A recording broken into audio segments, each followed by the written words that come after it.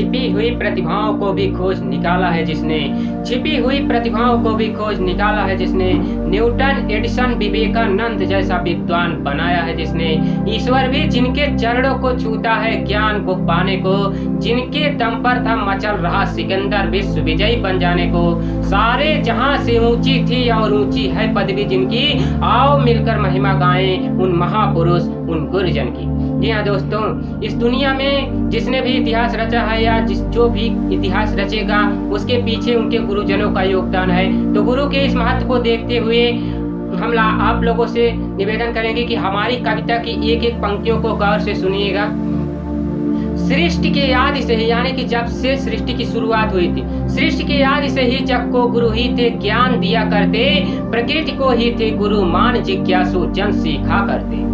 बाल रूप में जब हम होते, यानी कि छोटे रूप में जब हम होते हैं, बाल रूप में जब हम होते तो मार्ग कौन दिखलाता है, कुछ ज्ञान प्रकृति खुद देती है, बाकी माँ ही सिखलाती है।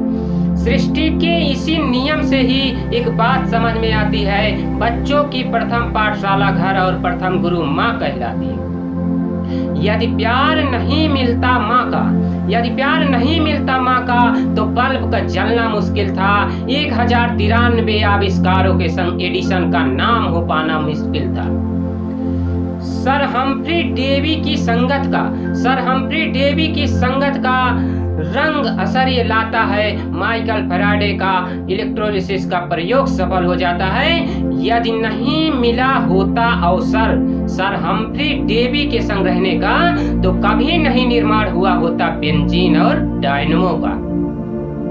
तो विश्व के इतिहास में एक ऐसी महिला हुई है जो जन्म से ही अंधी, गूंगी और बहरी थी, लेकिन उसके कारनामे को सुनकर दांतों तले अंगुली दबाते हैं लोग। तो उस महिला के विषय में आइए दो पंक्ति लिखा हूं, उसको सुनाता हूँ। अंधी गूंगी बहरी हेलन किलर, अंधी गूंगी बहरी हेलन किलर, जो थी विद्या की भंडागार बनी, 17 विश्वविद्यालय से थी जिसे डॉक्टरेट की उपाधि मिली। आइए देखते हैं ये चमत्कारों किसके सहारे से कर पाई थी।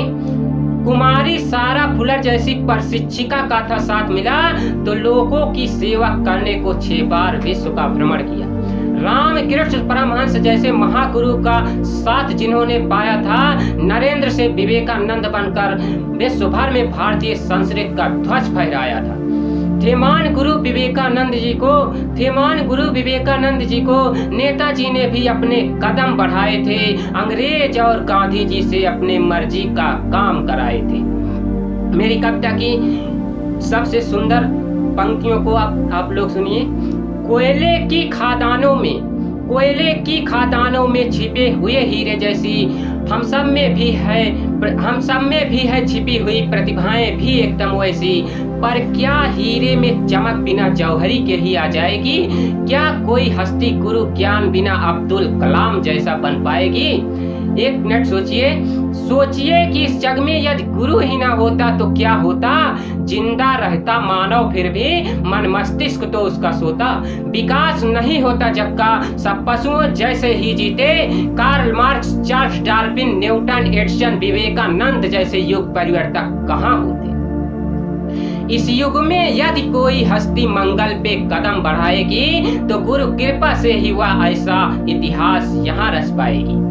तो गुरु के विषय में हमारी ये कविता समाप्त हुई। इसका दूसरा भाग भी बहुत जल्द ही आप लोगों के सामने आ जाएगा। तब तक के लिए नमस्कार।